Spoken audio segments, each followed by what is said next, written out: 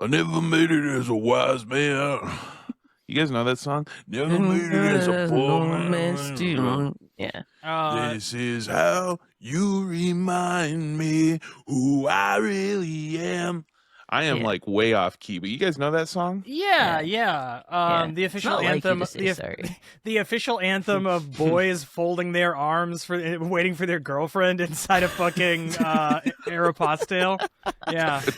Second Aeropostale reference in 2 weeks, but yeah.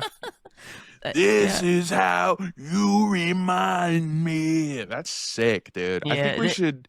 Yeah. I think we should go back to that. I feel like the back half of the 2020s, butt rock is coming back in a big way. Hell yeah. We're gonna be knee deep in butt rock. Yeah. This is the second time in 2 days that I've heard the term butt rock, and I've never heard that before. I believe it's been popularized, if not coined, by these two podcast guys who are very funny. Oh. They also do music. Well, they do music first, but are unfortunately so funny that their comedy eclipses the rock music that they make. Ain't that just the way? Yeah. Butt rock comes from the I don't know. There's been butt rock kind of in every since rock and roll's inception, but it's specifically like the Nickelback, Hinder kind of like fake Seattle, fake Nirvana accent. Yeah, like grunge for people who aren't actually depressed. Yeah. Yeah. Commercial grunge. Yeah. Grunge for people whose dads own a dealership. Yes, exact grunge. Grunge for people who don't understand what Rage Against the Machine is about. Right. They just want the rage, but the machine is their dad who said that he couldn't take the keys to the convertible this weekend to take Shonda up to the peak or whatever. Up to fingering point. Up to clumsily fingering point. Yeah. Which was, of course, founded by Robert F. Clumsily Finger. Yeah, exactly. But no, butt rock comes from those two podcasts. I believe it's because it was a take on the just absolute fastball over the plate, mainstream, AI before it was AI. Yeah. Rock and roll station where it's nothing but rock. Those radio bumpers that would say it's you tuned in and there's nothing but rock. Butt rock being the Oh, that's really funny. I get that now. Yeah. Oh my God. Isn't that so funny that every time I hear something like that, it makes me think of the Queens of the Stone Age album where they have the fake radio interludes to make fun of that type of rock. Yes. Yeah. Yeah. It's yeah. But by the way, that being said, though, we were too hard on Nickelback, and I do stand by that. I think we were too hard on Nickelback. I think we were too hard on Creed. I think the problem, every generation, the same general type of dude. I'm not saying it's the exact same genre because it changes. It used to be the butt rock boys. Now it's a little bit different. But I feel like every generation there comes a thing that we should be excited about because it is good. Whether that be Creed, whether that be Nickelback, whether that be Rick and Morty, and then it gets ruined by a different kind of guy. Collection of morons.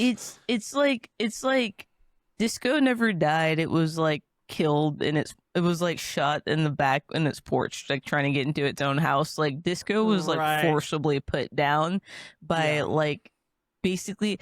I have a theory that disco was killed because white men couldn't do it good, and they were upset that all of these queers and people of color were getting all the limelight over it. Yes, and then they killed disco, and then took all of the aesthetics of disco and made glam metal. Okay. Oh. Fuck. Okay, Kayla. I am 100% serious. I am confident you could do a deep dive, and actually, I would not be surprised in the least that the killing of disco, the absolute shot in the street like a dog treatment of disco, was a CIA op. That was 100%. Actually a counterculture op because disco was ruled by POC queer like community, Yeah. like it was owned, and it was women. It was owned by that genre of music was hyper popular and completely controlled by those people. Enter Casey and the Sunshine Band. Get the fuck off the stage! Fuck you, boo! Fuck you! Well, you had white people coming in because they had the access to the cocaine, which was also fueling the disco energy. This very true, yeah. And then we said there was a weird time in American art history where we equated being a good artist with having the best cocaine, and that's where we fucked up. That's where we got bad. Yes. So I bet I would be not surprised at all if the killing of disco was actually a CIA counterculture op that then ushered in. It has to be. Yeah. It has to be. I fully am on your side about that. Now, I am going to relate this to something we talked about last week. If you haven't listened to the episode last week, go listen to it. But we talked about how, for a hot minute, we talked about how in the 90s, just your average, like, just killing time on a summer's day, Rennie Harlan action movie, they shot the shit out of those movies. Like they are so good. They're like overly, like they're lit really interestingly and dynamically, more than you think, more than movies today certainly are. Again, we didn't know what we had when we had it. Now, I put to you, Nickelback served a very important purpose. The Nickelbacks, the Creeds, the Puddles of Mud, they served a very specific purpose in the culture. Are they as bad as everyone said? I don't believe so, in retrospect. So, and my theory about this is the reason that your Nickelbacks, your Creeds, your Hinders, all these bands, these butt rock bands, got so maligned, and sometimes deservedly so, sometimes undeservedly so. But the reason they became a punchline is not insignificantly in part due to the fact that at the same time those bands were out, we had an incredibly the best indie music has ever fucking been ever counterculturing that. Creed, Radiohead was coming out with like Radiohead's OK Computer and the Bends and Pablo. Those albums were coming. Wilco was happening at the same time. The Elephant Six Collective was happening at the same time in the 90s. So you had the best indie rock music has ever been competing with "I'm making as a wild man." Like you had it like exact. So when you turn on the radio, of course that sounds like shit when fucking Creep is playing. Like So that I think that's why, because in contrast, indie music was so good that if you to turn on top 40 rock radio sounded like poop from a butt to anyone with any modicum of taste. It's shockingly similar to the first time I ever went to like a Michelin star, like super fancy restaurant, and I spent all day like, I'm not going to eat anything so that way, you know, I can be ready for the fancy meal. But then as we were driving there, I was like, if I don't get something to eat right now on this 1 hour drive, I'm going to pass out. Like I'm actually dying. And so I got Taco Bell.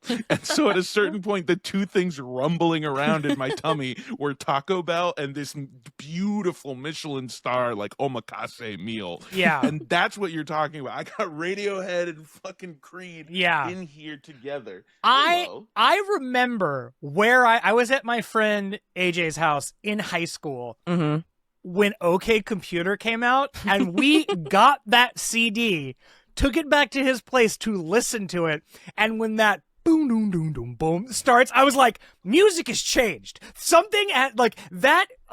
OK Computer like shifted something in like the indie music culture. It was different. Like it would truly, like I felt like it was the demarcation between the 90s and like the next century. It's like that was an indie music. That was something had fundamentally changed in music very powerfully. A seismic shift, a sea change. And then also you could turn on and hear, Spider-Man rock, music for a Spider-Man film. That's so insane. Andrew was building the foundations of the person that he was going to become in his life. Mondo was, I guess, sucking on a titty probably. Where were you, like 7 months old? When did this come out? 97. It was about a year old. Yeah. And then, so I was probably like figuring out how to like write at least 10 letters. Not well, by the way. You're But fucking Homer ass writing Odysseus because the alphabet just came out. Mondo's getting fed. OK Computer comes on and he's going, yeah. You know what's crazy is I think I've told you guys, my mom is one of the biggest Radiohead fans. My mom has a fucking Radiohead thigh piece, dude. Like, That's Dang. sick. That's so I was sick. also listening to OK Computer, Yeah, sucking on the that's what titty, I'm being saying. like, it's pretty good. It's pretty good. It's pretty good. It's not as, I like it. I like how it's, with a boob in my mouth. I like how it's more experimental than Pablo Honey, actually. Dude, oh my God. I don't know why, but Mondo, I don't know this for sure, but I feel like your parents had like opposite music tastes. Mm-hmm. Like I just get Absolutely. that vibe. I'm not saying that while your mother was having like the same experience of Andrew of having a life-changing experience of listening to OK Computer for the first time, and your dad's going, turn that gay shit off.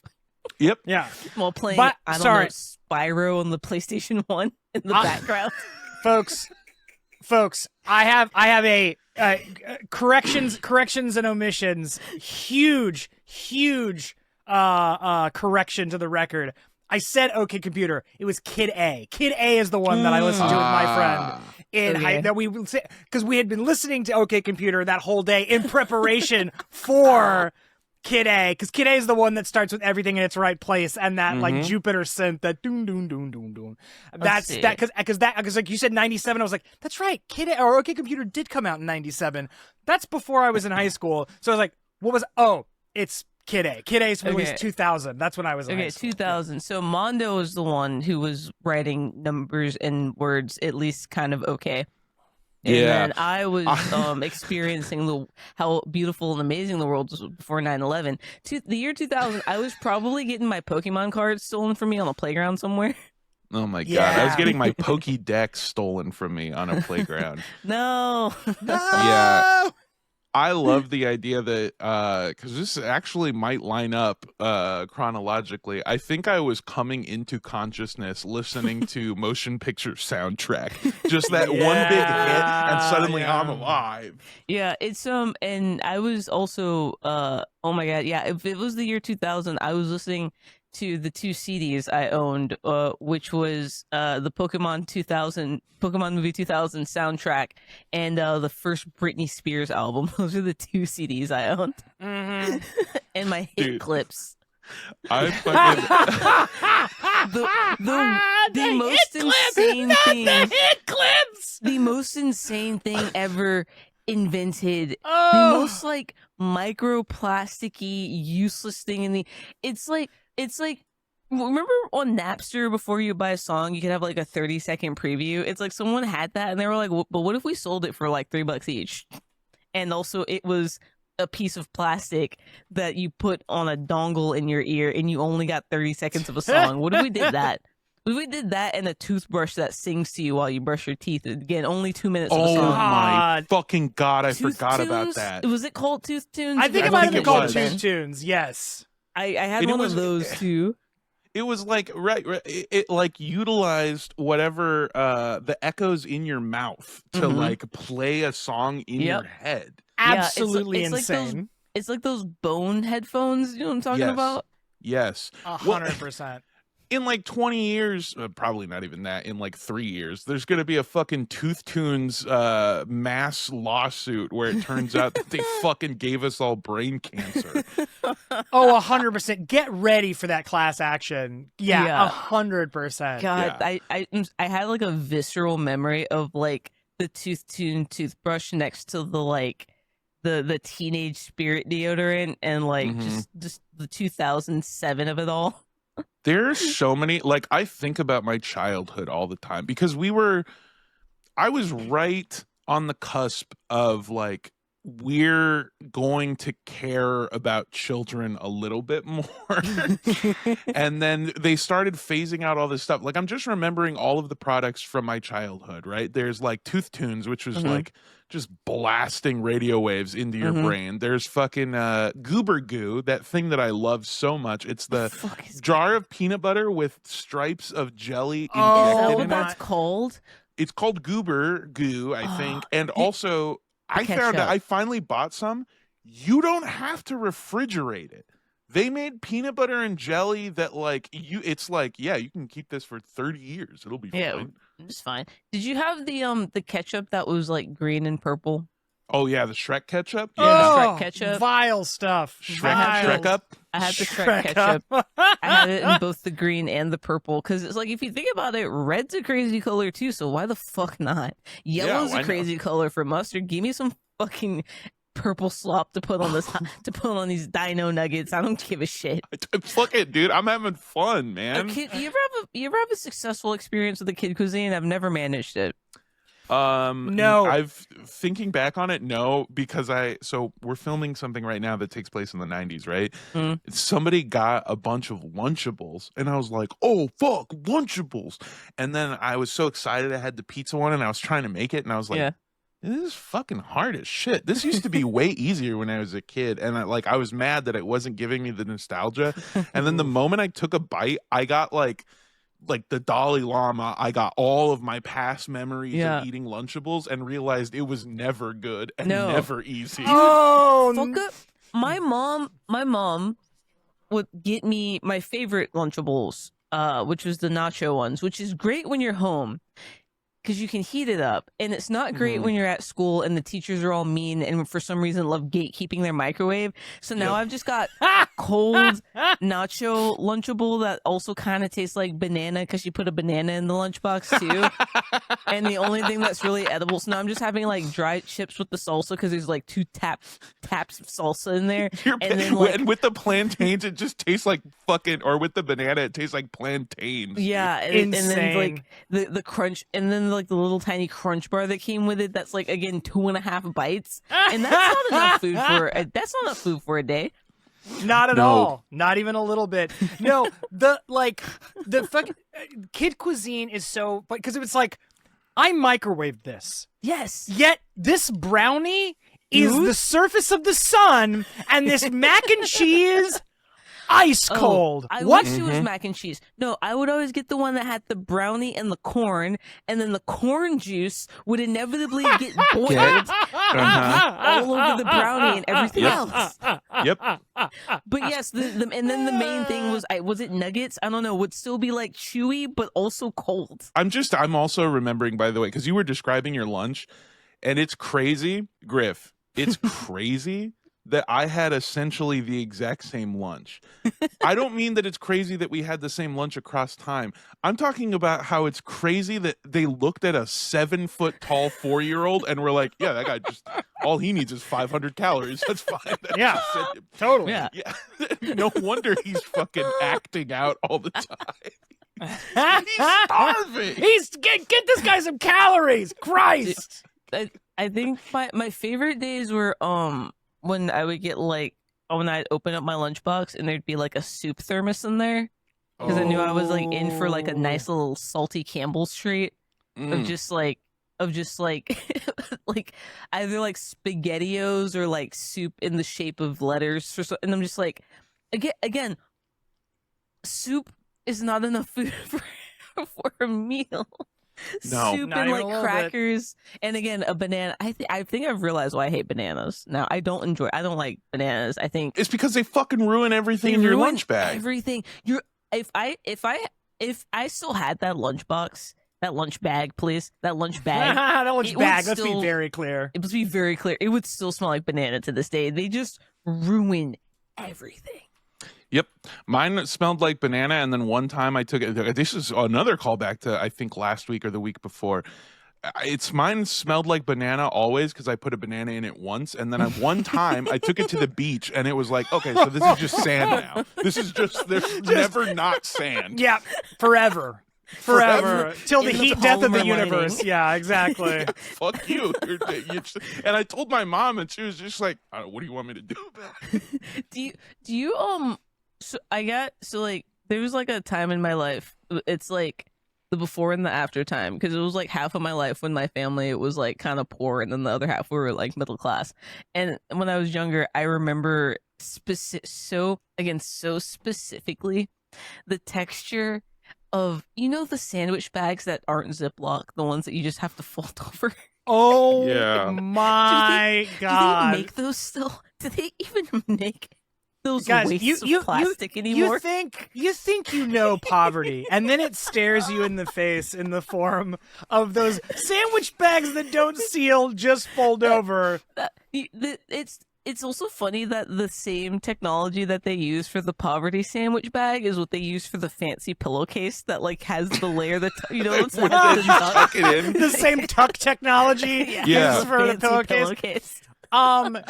Let's be very clear. Only bologna sandwiches go in those fold over things. You can't put any other kind of turkey sandwich in a folding plastic sandwich bag. Never. No. Bologna, bologna. Kraft single, end of list. And then your the sandwich- oiliest chips ever in the other bag. Oh yeah, and they're not. You're not getting a single like full chip. They're crushed. They're to destroyed. They've been destroyed by the weight of the banana. The weight of the now banana also tastes like. Yeah, the first bag of chips you could snort if you wanted to. Like they are a fine dust. If you're listening to this and your like lunch sandwich had lettuce in it at any point, you don't know what we're talking Yeah, about. you're a rich It's kid. not, Yeah, it's Get not real. that kind of I shit. didn't Fuck get lettuce on my sandwiches till like 6th grade. I would argue lettuce bullshit sandwich ingredient. Get that shit out of it. It just does nothing. Does nothing for a Really? sandwich. Crunch. I like the crunch. I like a good crunch. Okay, but that doesn't belong on like a taking to school ass Fair. sandwich. That's fair. Because one, it soggies up your sandwich by the time you eat it. You gotta have lettuce does. fresh. Oh, yeah. You gotta have that shit fresh out the kitchen. And my That's mom was actually a getting really the good shredded lettuce too. Yeah, like the taco Mm-hmm. lettuce. Yeah. Like the white people taco night white lettuce. people taco night lettuce. Yeah. Dude, I really am going back in my mind's palace and realizing all of the things that they changed while I was a child and just seeing how wrong the world used to be. Within my childhood, I don't know that this is in order, but they like spent half my childhood instilling into me that the food pyramid is the end all be all of like a nutritional value. And then they went, no, don't do that. Don't do that. No, yeah, they were wrestling the food pyramid away from you like it was your dad's gun. Like they're like, give it no, stop. It's that scene in Too that much movie grain. where I'm It's too trying much to grain. I'm trying to fit 7 servings of grain in my mouth. And they're like, no. Like in the Casey Affleck movie by the scene when he grabs the cop's gun and is trying to, yeah, that was you at the food pyramid. 7 servings of whole grains and like a bunch of fats and shit. So much dairy milk. So much fucking dairy. It was that. It was like the fucking gall of them to teach me a mnemonic device to learn the planets and then take away Pluto. Fuck you. What are you talking about? I remember straight up. I remember the free lunch that you would get from school, or the sorry, not the free lunch, but the free breakfast. The free breakfast. Oh my that god! you would get from school. Oh my! Are you the tube? The breakfast tube? Did you Oh, get I the didn't get the breakfast tube. What is this? It was what? Picture this. Picture this. You know an Uncrustable? I'm aware.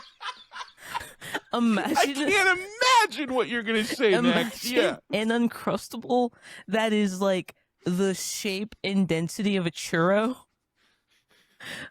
and it's just peanut butter. It's no jelly. And also it kind of tastes like cinnamon for some reason, and that was the free reduced breakfast tube. It was either that or a taquito with like WID, like thick. Why did they only serve you food in tube form? I know. What the fuck was breakfast going on? Breakfast burrito that Also- was just egg and sausage, not even bacon, just egg and sausage. Okay, first of all, I'm surprised those tubes weren't discontinued like lawn darts for killing kids, because that is a choking hazard. Because just trying to eat just bread and fucking peanut butter just turns to concrete in your throat. People do not realize how much jelly is doing lubrication in the peanut butter and jelly equation. It is allowing that to pass down your esophagus. It was one. Wait, I'm so sorry. It wasn't. It was like a bagel type thing. Okay. And they had a cream cheese one and they had a peanut butter one, but the cream cheese one was always gone by the time I got to school. Sure. So I had to get the fucking peanut butter one. I feel bad for complaining now, because I feel like you had it better than us. You had it worse than us. Our free breakfast was sometimes for lunch they would serve chicken sandwiches with a bun. And it was just like they were getting like bags of frozen chicken patties, and then they had a bunch of buns. The free breakfast was one of those buns with a spread of peanut butter on it, and then they just closed the bun, and that was your breakfast. That was free breakfast. Oh yeah, that's worse. God. I think so too. They would give you a thing of milk. Like it was the peanut butter bun, and then a box of milk that I think I told you guys almost always came in flavors like root beer float, orange sickle, or mixed berry milk. Like regular milk was never available. All those flavors milk make me want to kill myself. That is vile. That is horrid. My favorite thing as a child was the vanilla milk. I would fuck up the vanilla milk. It was delicious. Reasonable. That sounds good. Vanilla milk, the strawberry milk, chocolate milk, regular. And then when I got to high school, in the fancy area, they had silk. They had like the soy milk with the fancy clicky straw that came in like a fancy carton, and that was life altering. And then I never drank regular milk again. Of course, why would you? No, I'm telling you, I just like going back. Taking this trip down memory lane, like thinking about all the we had bagged milk for a while, like bagged regular and chocolate milk. You just like puncture with a straw, like it was a fucking EpiPen to someone, or in Pulp Fiction. Yeah, exactly. Yeah. Adrenaline shot to the chest, exactly. But man, I'm like, it's just like I'm thinking back. It's like either those things that I consumed as a kid are like sending me to an early grave, or they're preserving me forever. Like there's the two choices, because it's just like that was poison. There's no way that shit was absolute like mass produced for like elementary school kids in 1990. There's no way that those are. The bagged milk shit is the part that makes me think like there's no way there's microplastics in my body. It's fucking macroplastics. Like I have full on. I used to chew on like plastic soda bottle caps. I would just chew on that like it was gum. Like I'm fucked. I'm dead. I'm dead by 40. It's fine. Oh, by the way, the reason I brought up the breakfast sandwich, the peanut butter thing, is I found out recently because I was relaying this to somebody who has children in school right now. They told me that would never happen, and basically if you bring peanuts to school, they'll like shoot you in the street like a dog. Yeah. You're not allowed to, and this is barely a joke, like they won't let you bring peanuts or any kind of nut shit into the school. I remember my third grade birthday.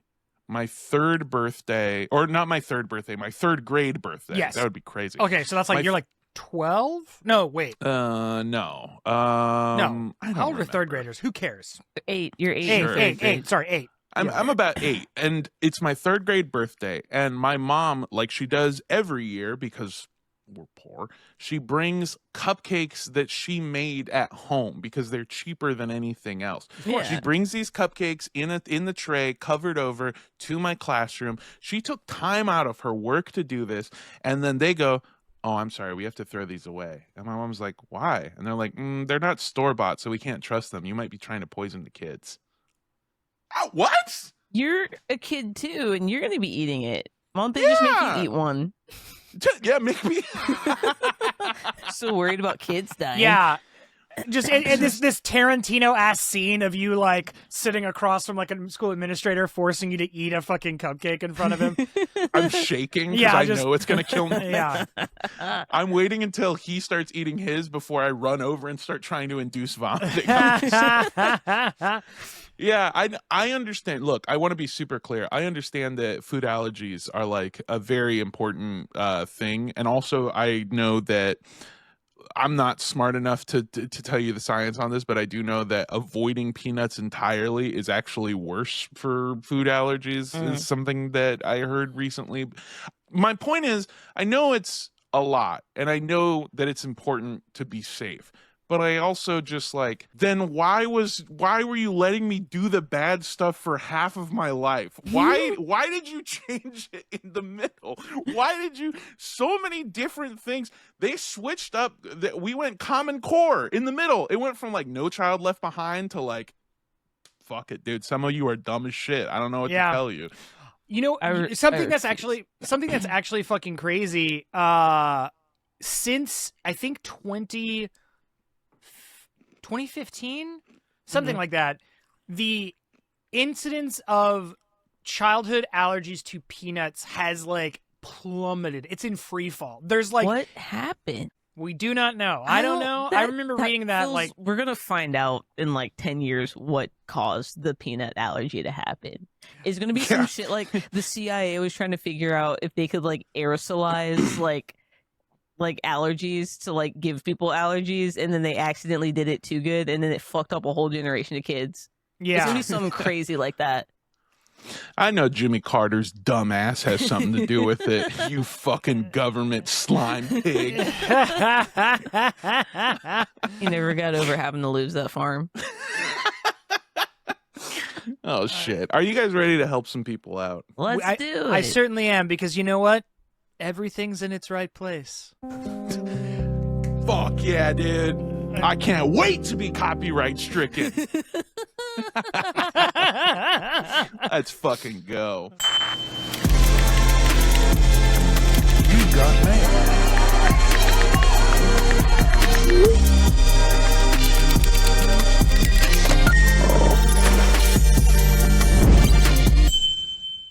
Welcome, everybody, to the only relationship advice show guaranteed to ruin your relationship. It is Boyfriend Material. Ow! I am your pyramid song boyfriend, Armando Torres, and joining me as always, we have your 15 servings of boyfriend, Andrew Rosas, your daily 15 servings. And it's your boyfriend who found a picture of that bagel thing. And there's only one picture on the internet of it, and it's in like 160p. I need you to show. I need you to share it with me. I need to see this. And it's next to a ticket that says Exhibit A. The only other. Oh my god, that's so disgusting. I don't know. It's just the only, because you see these. There's these craft ones. These were not it. It was these ones. This cinnamon monstrosity is the one that they always had, and the thickening that it did as you chewed it, it chewed you back. It did not want to be consumed. It was not meant to be consumed. It looks like some kind of lesser demon took a bagel and forced it into the shape of a Twinkie. Like, it's like when you see in horror movies where they like change somebody's shape into like a human horse or something. Yeah. They did that. That's evil. That's disgusting. There needs to be a sort of like the Orange Years, or you know that documentary from about Nickelodeon, like the origin stories of Nickelodeon, the Orange Years. Whoops. I thought you were talking about a different documentary about Nickelodeon. Oh, yikes. So that was the Schneider Cut. The Schneider Cut, yeah. No, I think we need to have a serious documentary about how the 90s, I mean, this kind of goes in parallel to like the Nickelodeon years. In the 90s, food scientists were fucking Dr. Moreau. Like, the absolute, like, unbridled insanity of food scientists cramming together, Frankensteining any fucking foods they could possibly cram together during that time period. I mean, that bagel folds is a perfect example. Just like, it's like, we'll come up with the portmanteau first and then work the food backwards. It's like, we'll do that later. It's just like, all right, everyone, give me 50 ideas for 2 foods we can cram together to make it one, full of chemicals and microplastics, and 2, to be able to be microwaved and eaten hastily over the sink while your kids scream in another room. There was an era of food science where apparently all of the coked out Hollywood producers from the 80s had just moved on to craft or whatever. Yeah, the toaster strudel is a perfect example of that. That is a meal that is meant to be eaten hastily by the parent who has to get the kid to school. 100%. That the child sees as a delicacy. God. I'm trying to think of I'm trying to think of other stuff, by the way. I hate to keep going back to that. I promise I'll leave it alone now. One of the other things that they changed during my childhood is and this happened during the middle of a school year.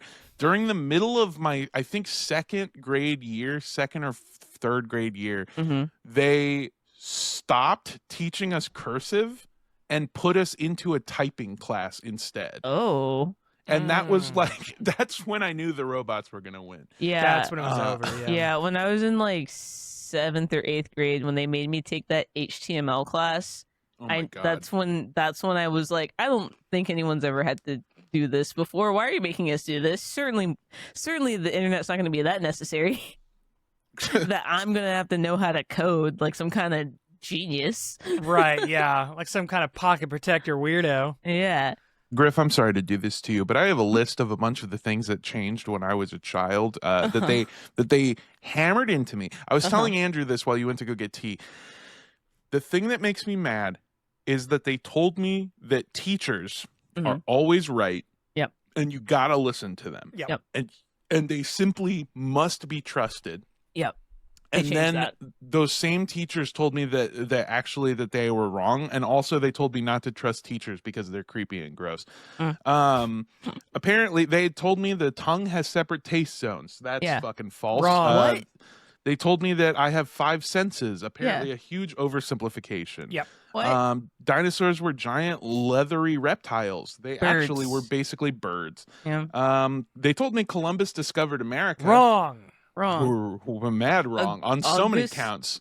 They knew the earth wasn't flat. They knew that they had gotten to the wrong place. And also, he wasn't even fucking Italian, the stupid Spaniard fuck. No. Yeah. They taught me Thanksgiving was a peaceful friendship feast. They taught me stranger danger, which was like, you're going to get kidnapped by somebody you don't know instead of your dad who lost custody. Yeah. Which is 99% of kidnappings. Yes. Yeah. Dare, the Dare program. Yeah. that was an MLM. That was an MLM, 100%. Yeah, that was funneling school marketing money to cops. That's that's all that was. Yeah. Let's see. Antibacterial soap. Never use Wikipedia. And now only trust. Only trust it. I'm going to say that you got to learn how to do long division because you're not always going to have a calculator on you. You're not going to always have a calculator in your pocket. It's the most wrongest teacher I've ever had in my entire life. Dumb fuck, you dumb fucking idiot, Miss Hall, you stupid dumb bitch. Wait, your math teacher's name is Hall too? Yeah. Also, bold assumption to say that I'm not always going to have a calculator in my pocket when we've had wristwatch calculator technology since the 80s. Fuck you. Oh my God, you're so right, and I didn't even realize it then. You stupid dumb bitch, Miss Hall. Also, you dumb fucking idiot. I was like, you're not always going to have your calculator in your pocket. Yeah, I'm also not going to be doing trigonometry on the fly, you psycho. What You're what not instance? You're not going to have a calculator in your pocket. Actually, I am now because you made me spend $120 on this fuck-ass calculator. Yeah. That 2 years after you made me spend $60 on a different fuck-ass calculator, by the way. Yeah, that cost $200 when I'm like 17. Like, that's all the money in the world. No. First of all, I'm not going to be like, it's like, oh, you won't have a calculator in your pocket. Guess what? I'm also not trying to get astronauts back from the moon wearing a short sleeve shirt, a tie, and fucking horn rimmed glasses, doing fucking mental math on a napkin, trying to like calculate fucking re-entry mathematics. No! I love the thought of you being on a plane and them coming over the speaker and being like, does anyone know how to find the hypotenuse? Yeah. For the love of God. Does anyone know PEMDAS? We just know the fucking letters. We don't remember what it stands for. No, but I do have this TI-89 or whatever in my fucking pocket that you can use to figure it out. Yeah. Does anyone want to play It Drug also has Wars? Doom on it. Yeah. Doom on it. For the love of God, does anyone have a device on which we can play Snake and also make graphs? Oh shit! Yeah. All right, let's get to a question for this week. Yeah. We got a couple ones that I really like. I like this one. Dear boyfriends, I am a straight man who is in a happy marriage. Oh wait, go. Yeah. Go die. Idiot. Dear boyfriends, I am a straight man who is in a happy marriage, but I have plenty of single friends who I am trying to help out with their romantic pursuits and have noticed a consistent problem. I have talked to 4 different friends who are bisexual women who have a pattern of dating mostly men, often with terrible results. When I recommend that instead they try dating women as they may have better luck, they've all independently told me the same thing. Quote, women are too scary. I'm recusing myself from this question. Many such cases. Exclusive such cases. Only such cases. Mind you, some of these girls have absolutely had romantic and or sexual experience with women in the past. Sure. Now I'm aware that approaching a beautiful woman is a terrifying prospect, but I've had to get over it, and I think it would behoove them. Excellent use of the word behoove. Excellent. I think it would behoove them to get over it as well. What do you recommend telling them to convince them to stop being scared of pretty ladies? Okay, so this is etched in the pyramids. This is as Tale as old. old as time. This is tale as old as time. This is Beauty and the Beast. This is one of the most classic problems of all time. I think it's very funny. It is very funny to me that the fear here is of a pretty lady. Yep. Who probably at worst reject you, whereas a man might kill you. So there's like, yeah, I've never understood. I'm scared to talk to girls, but not be alone with the thing that is the number one killer of me, which is man. Which is men, number one killer, heart disease. Women, number one killer, men who survive heart disease. men in the late stages of heart disease. I mean, we were joking about many such cases, but my God, I mean, this feels like very like Caleb Heron territory, where it's like, listen, I think bisexual women and their boyfriends, I think they are, I love them. I think they and their boyfriends. The tattoos, they could be smaller, ladies. The little line work small tattoos, they could be smaller. The tattoos could be smaller. The bangs could be bigger. Yeah. You can crop it tighter, actually. It can go higher. Yeah. No, this is this. I mean, well, here's the thing. Okay, we're both into the world of being like an insecure teenage dude where it's like a girl. This is so crazy that I was at a coconut club last night, and I was approached by 2 men, one of whom I thought was gay, turned out not to be.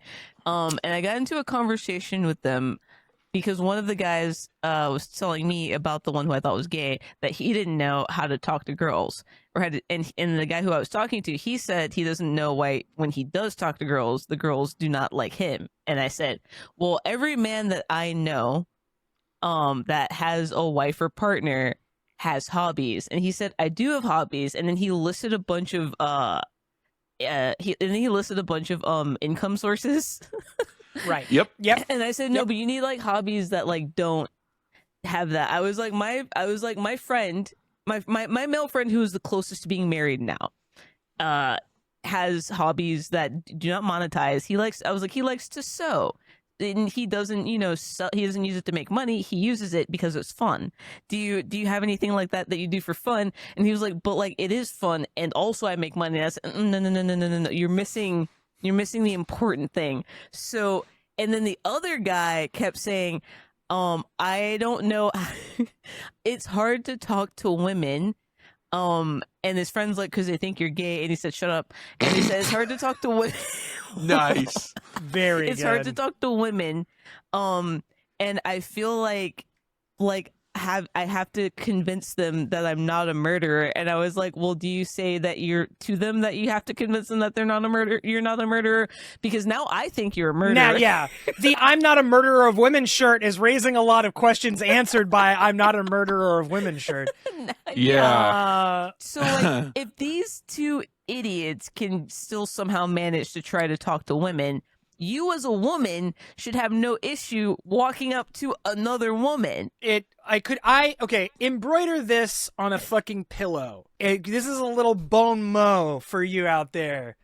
If you want the love of a woman, you have to do something for the love of the game. Exactly. Have an interest that is just a pure unmonetizable hobby, something you do for fun.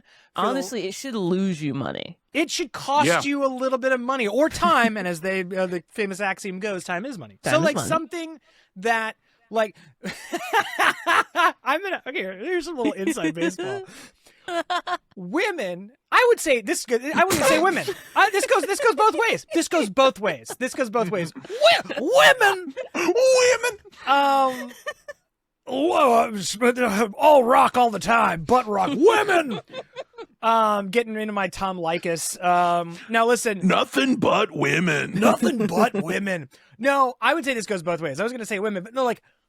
Part of the reason that partners like their partners to have hobbies is because somewhere in their like lizard brain back of the subconscious, they want to imagine a life where that other partner does something on their own for a while that they get to like, because like, oh yeah, they do like beekeeping.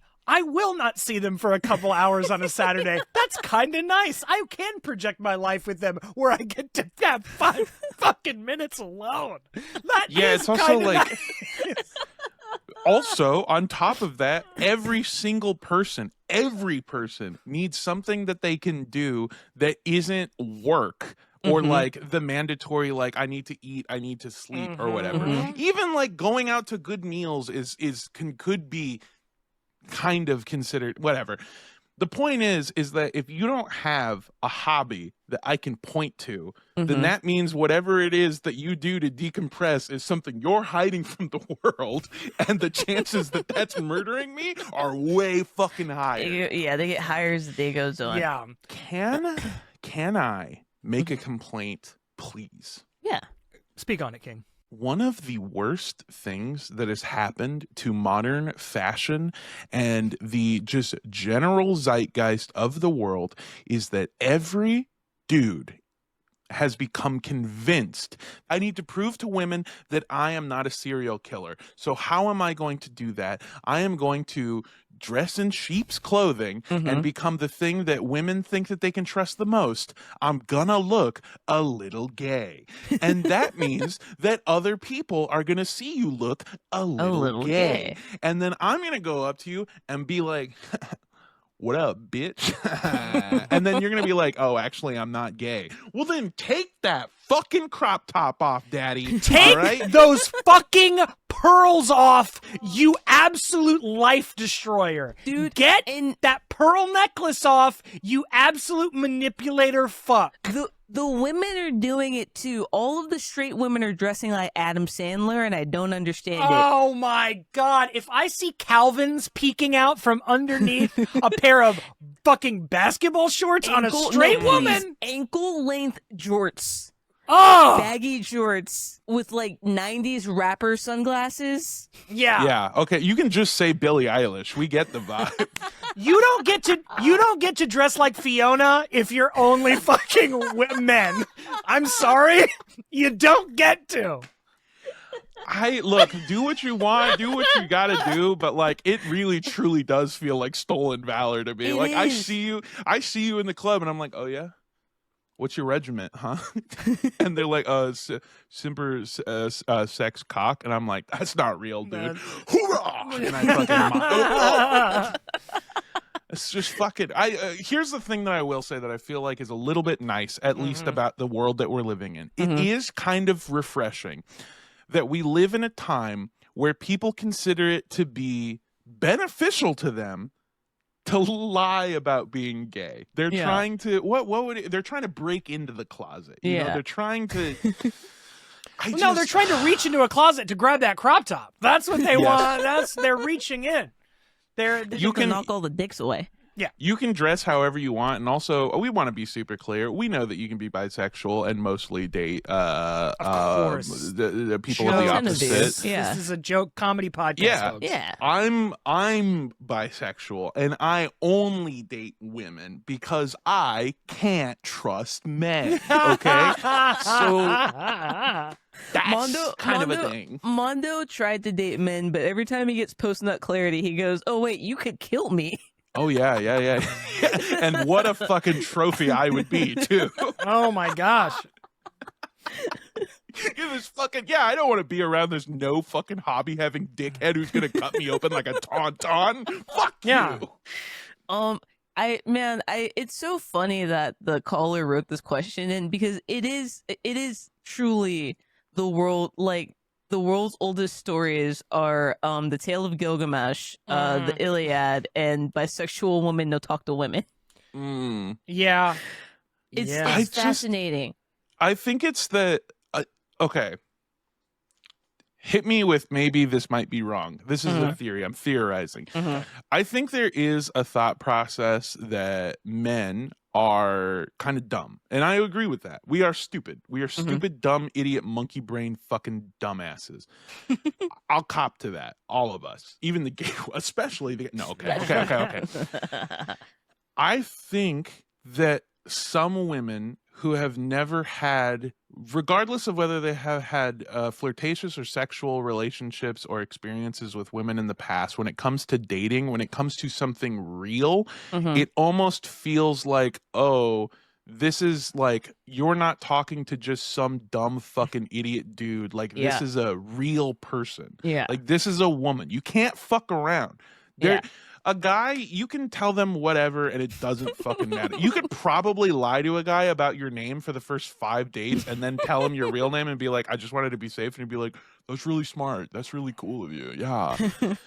But like a woman, they're on the same level as you. Like you're playing against somebody who also knows all of this stuff. Oh my and God. It's like, if you've only dated men, it's like you're going into hard mode. Like this is...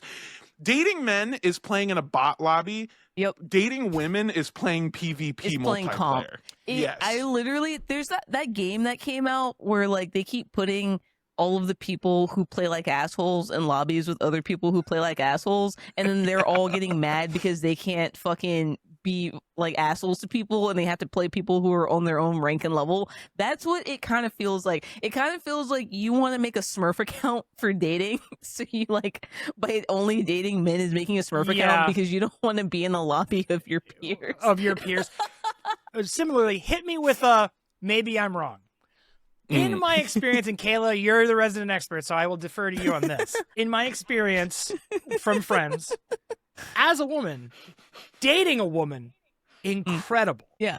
Breaking up with a woman, the worst experience one can... You break up with a man, it's probably a little messy, you gotta divide some things, and then that person, more often than not, if they're not a psycho, just never talks to you again. And it's over relatively quickly. The protracted, nightmarish, over-therapized psychological torture of women breaking up feels like something akin to Abu Ghraib. This is... Am I wrong? No, you're so correct. Okay. I have had relationships with women that have caused me to lose years of memory. Yeah. With how horrendous they were to me. I was just gonna like. I was just gonna say that I feel like every lesbian breakup I've ever seen has made them enter a new phase of their life. Yeah, like it's life changing. I'm like 6 people removed from who I am every time I have to go through a breakup like that. Because like, and it's not all of them. But it is only 2 options. I have 2 exes who I don't talk to anymore, and all of my other exes I talk to on a near daily basis. Does that make sense? Like, they're some of my closest friends still. Yes. And then the other 2, if I saw them in the wild, I would take the shot. If I saw them, if I like had a tummy ache the other day because for some reason my Google Calendar showed me like a calendar thingy of my ex that I guess we're still shared on the email. I forgot to block her on because she had so many because she's fucking shifty and shady. Yeah. And I forgot to block her on that email, and it just like popped up as like a calendar notification, and I thought I was gonna throw up. Like, that's how bad a lesbian breakup is. Yeah. But I feel like I don't even remember the names of any of the men I've ever dated in my life. Well, I vaguely remember things about them. Yeah. That's not, here's the thing. I don't remember anyone that I played JV football with. Does that make sense? Yeah. It's like one of them I remember, I don't remember his name, but I remember that he wore bandanas a lot. Another one, I remember that he had a boating license, which was pretty cool to have a boating license or in high school, and that his dad wanted him to get his pilot's license. I don't remember his name. And then I do remember this one guy, but only because his name is Shaquille, and that's not a common name. No, what was his last name, though? I have no idea. Okay. Did it sound Irish? Did he look Irish? No. Okay. He looked like a mannequin in a Hot Topic. If you had said a mannequin at a Ross, I thought maybe it could be O'Neill. But no, huge afro. I remember that. He had a huge afro. I remember nothing else. I feel like, again, now this is to say, just to kind of put a bow on this thought, breaking up with a man will ruin your week, maybe your month, maybe even your year. On average. Sometimes, again, men are terrible. So on average, this can be very, they're extremes that disprove the rule, but in general, might ruin your week, your month, your year, also depending on how long the relationship is. Also, if there are like kids involved, cohabitation, all of these are X factors. Yeah. Women ruin your life. Like, again, some of the best albums of all time have been like written about this very thing. Phoebe Bridgers' new album out now. Now, I think in Caller's case,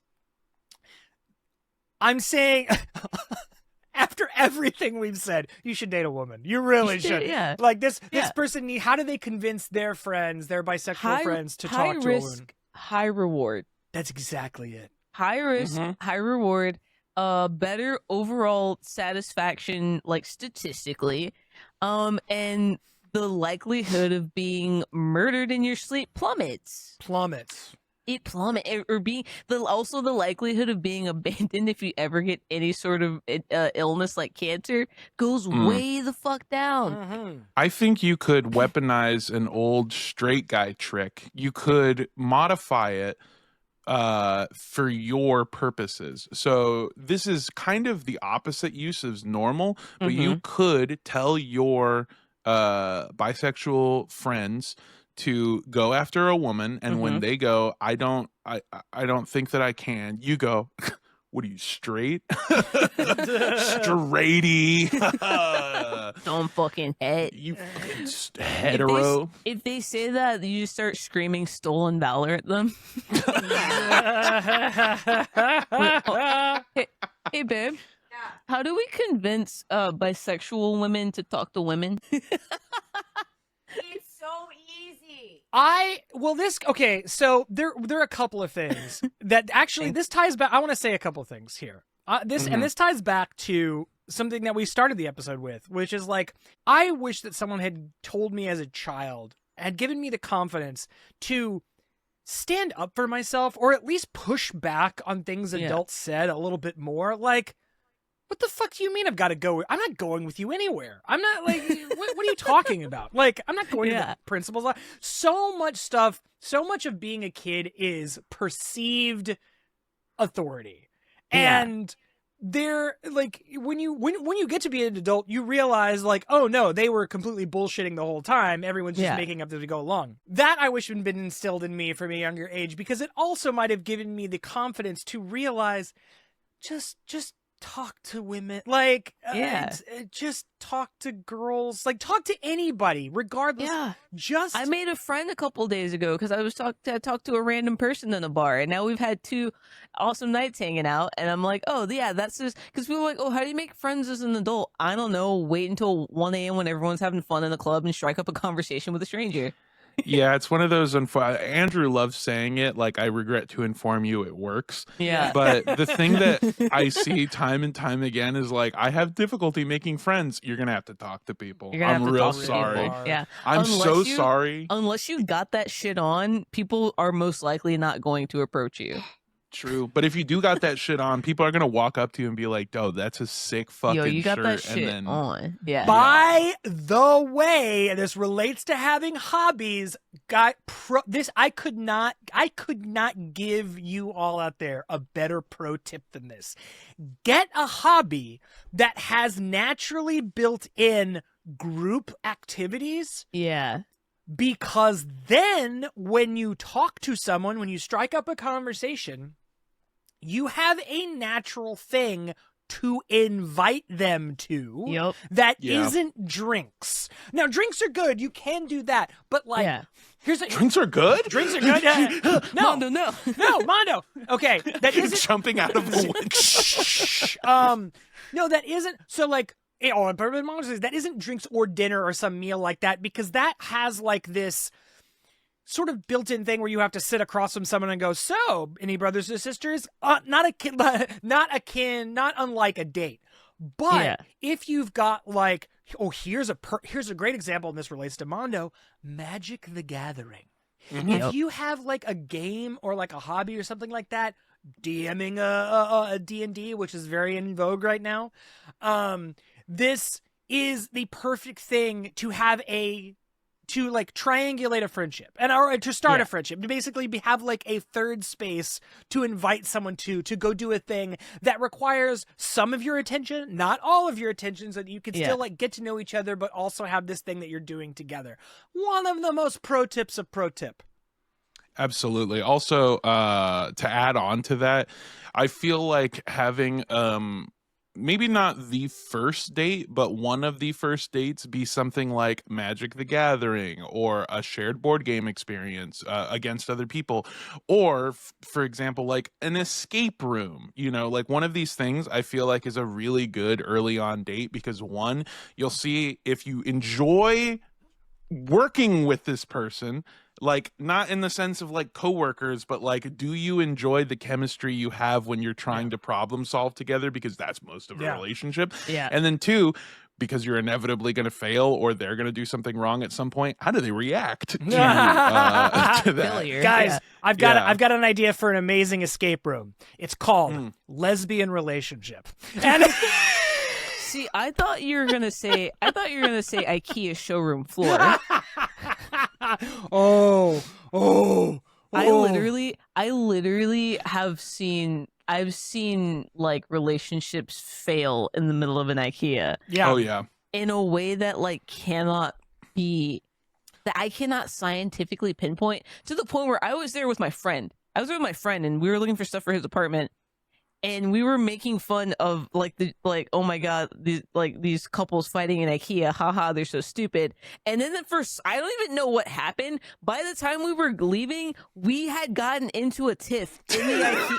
I don't remember how or why. No, exactly. You can walk through an IKEA and see abandoned shopping carts like climbers' bodies on Everest. You are It's like we can't help. Just like it's the green boots. It's green boots. Guys. They're in the Wait, snow. I remember the fight. He lived in a micro apartment. Like his dad bought like a micro unit in like this like fancy area in Atlanta. So it was like one of those like New York, those like New York apartments that are like it's 10 square feet. I don't fucking know. Right? Yeah. And the bed is on top of the dishwasher. Yeah. Yeah, and I was trying to help him get stuff for it, and he insisted on that he wanted this full-size bunk bed that would have taken up 3/4 of the place.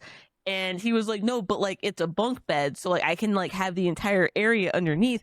And I said, yeah, but then you're gonna be a grown man with a bunk bed, and that's going to be 4 feet from the ceiling, and no one's gonna want to fuck you in this bunk bed 4 feet from the ceiling. A lofted bed that's on the ground, maybe like 6 feet, that's fine, but not the one where the blades of the fan could graze you if you stretch your arms out too fucking loosely when you're waking up. Yeah. Dude, waking up with morning wood because it hits you. Bam! That's literally the fight we had in the IKEA, and then we caught ourselves, and I was like, this is how it happens. This is how it happens. Guys, I'm not going to say this again. IKEA is an evil Scandinavian demon that eats off of the souls and power and love that you used to have for a person. You go into an IKEA, you think, what do you think the meatballs are made of? It's made out of fights and arguments. Yeah, and salted with tears, shed tears of crying girlfriends. Yeah, Realizing that they've wasted a lot of time with a man and that they should be dating a woman. Exactly. So, yeah, I would say to this caller how to convince your friends to your bisexual friends to stop dating chuds, losers, and manipulators, and start dating beautiful women. Yeah. And this is going to get me a lot of flack, but I think that we implement a system similar to the driver's license one, where if you are bisexual, every 10 years we take you to an office and you have to flirt with somebody of the same gender as you, or that's opposite of your partner, and they have to approve it, and then you get your bisexual pass. Your certification. You keep. Recertified, idiots. Okay, I'm sorry. This is one of our most problematic. You get to keep your Class B license. Mondo, you got to give a hand job pretty soon. You're coming up on yours. It's coming up. They're gonna make me take a new photo and a new guy. Yeah, you're gonna be fine. Just show them this episode. Tell them that, like, here's the thing. I swear to God, if you see any hot woman at any place that you are with your bisexual friend, just be like, watch this. And after a certain amount of time, some stupid fucking chud will go up and talk to her, and it'll kind of probably go okay-ish for him. And it's like, if that fucking loser can do it, so can you. Yeah. Oh, and again, and if all else fails, just go, if you can't get women, just say that. Oh, yep. That's it. Reverse psychology their ass. Make them jump through that hoop. Use your male privilege to neg them. That's so exactly. Funny. Oh my god. It's just look, I also bisexual. I'm still dating women, man. And you'd both be with your current partners. Yep. Yeah. Absolutely. No, probably. No, and also very, very, I mean, we've said this before in other episodes, but in this case really bears repeating. Say you need to tell when you tell your friends to date women or talk to women or ask women out, they also need to say, I want to take you out on a date. We should go on a date. We should grab drinks on a date. Yep. Be specific on a date. None of this like, we should hang out sometime. I like your outfit. No. Oh, I like your hair. Hey, I'm trying to eat it from the back. You have to be correct. Yeah. You need to inject a little. You need to inject a little of the fucking just rancid game that these chuds are using. Just a little, just like it's a truffle. Sprinkle. Just a little sprinkle. Yes. because you gotta intentions have to be a little bit clear. Just a piece of little truffle, a little sprinkle. You don't need a lot. Just a You don't little need a bit. lot, just a little. It's so fucked up that if you took the shitty actions of a terrible dickhead dude and put them into a woman and then had them come at me with that, it would work so bad. It sucks. That sucks. They would take you down so easily. Yeah. Ooh, they'd have your number. If you are out there and you would like to either A, send us a question that we can make fun of your friends in, or if you are a bisexual woman terrified of dating women, you can also send us an email yelling at us, and that's fine too. That's okay. You can send both of those to midnightsnackcontact@gmail.com. That is midnightsnackcontact@gmail.com. Best place to send us questions. Thank you for sending this one in, too, by the way. Very good. We love questions. Send them to us. We are compiling our list. Here's the thing, folks. We're over 100 episodes in, okay? We're always going to need more questions, so please keep sending them in. Yeah. And also, if you've sent in a question or you didn't send in a question but took some advice, could you tell us about that? Because we would love to know, unless it was one of the illegal things we said, in which case, please do not connect that back to us. Don't write it down. No paper trails. And don't connect us to it. But if you took any of our okay-ish advice and implemented it in your life, please let us know. We'd like to know how it went. Yeah, absolutely. Yeah, truly. We want some follow-ups. We want to do a follow-up episode big time. We'd We love want to to. find out how people's how the again worst advice ever called together by modern man has panned out for y'all. Yeah. Except for this episode, which is only amazing, good, perfect advice. Yes, It airtight. absolutely was. And if you want to support the show, you can go to patreon.com/midnightsnacktv, or you can go to bigoldcocksanddicks.com or racistgofundme.com. And all of those will get you to the same place, which is, again, patreon.com/midnightsnacktv.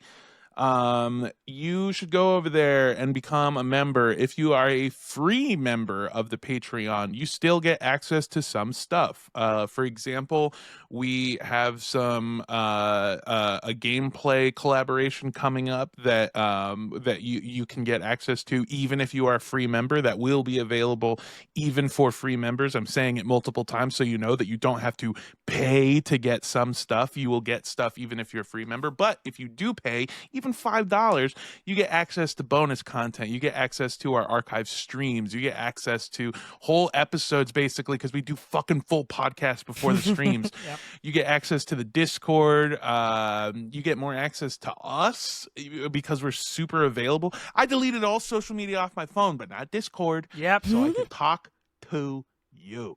That's right.